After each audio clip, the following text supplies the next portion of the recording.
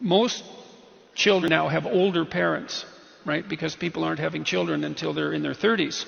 And there's a big difference between having a parent who's in his or her 30s and having a parent who's in his or her 20s. Yep. The 20-year-olds are still kind of like kids, and they're going to be more usefully neglectful, I would say.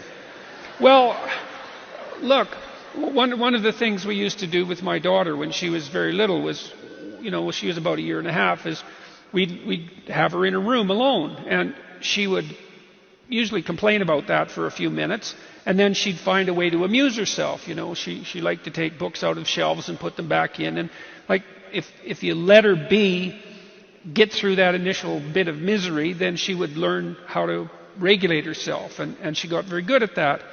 And so that's a good example of minor privation having a positive influence. But children used to have multiple siblings, and siblings toughen you up because there's tremendous competition in families among siblings, and they had younger parents who had fewer resources. And now parents are older, first of all, and second, they're more resource rich, and so they're more likely to schedule their children to death in some sense to provide them with all the opportunities that they feel would be useful. And that's understandable. And plus, because they have fewer children, each child is in some sense more precious.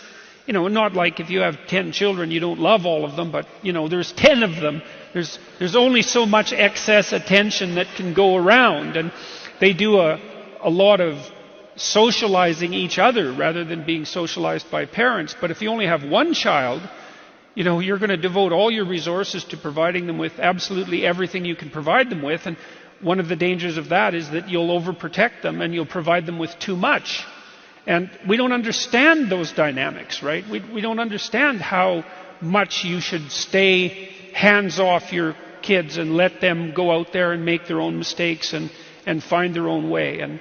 And that's tricky, and we're ignorant about it. And so I think one of the consequences of that is that we do have a reasonable percentage of young people, maybe young adolescents, the kind that you hear about at university, who have been overprotected and overscheduled and under-challenged in some sense. And so they're not very resilient. And then, of course, what's happening in the universities, the safe spaces and the trigger warnings and all of that. Yeah. And there's good recent research on this. Trigger warnings clearly make things worse rather than better. We extend that overprotection far longer than is helpful. It's hard, though, because, as I said, when you have resources, you can use them to make your children's lives, let's say, easier. But the question is, do you really want to make the life of someone you love easier? And that's an incredibly difficult question.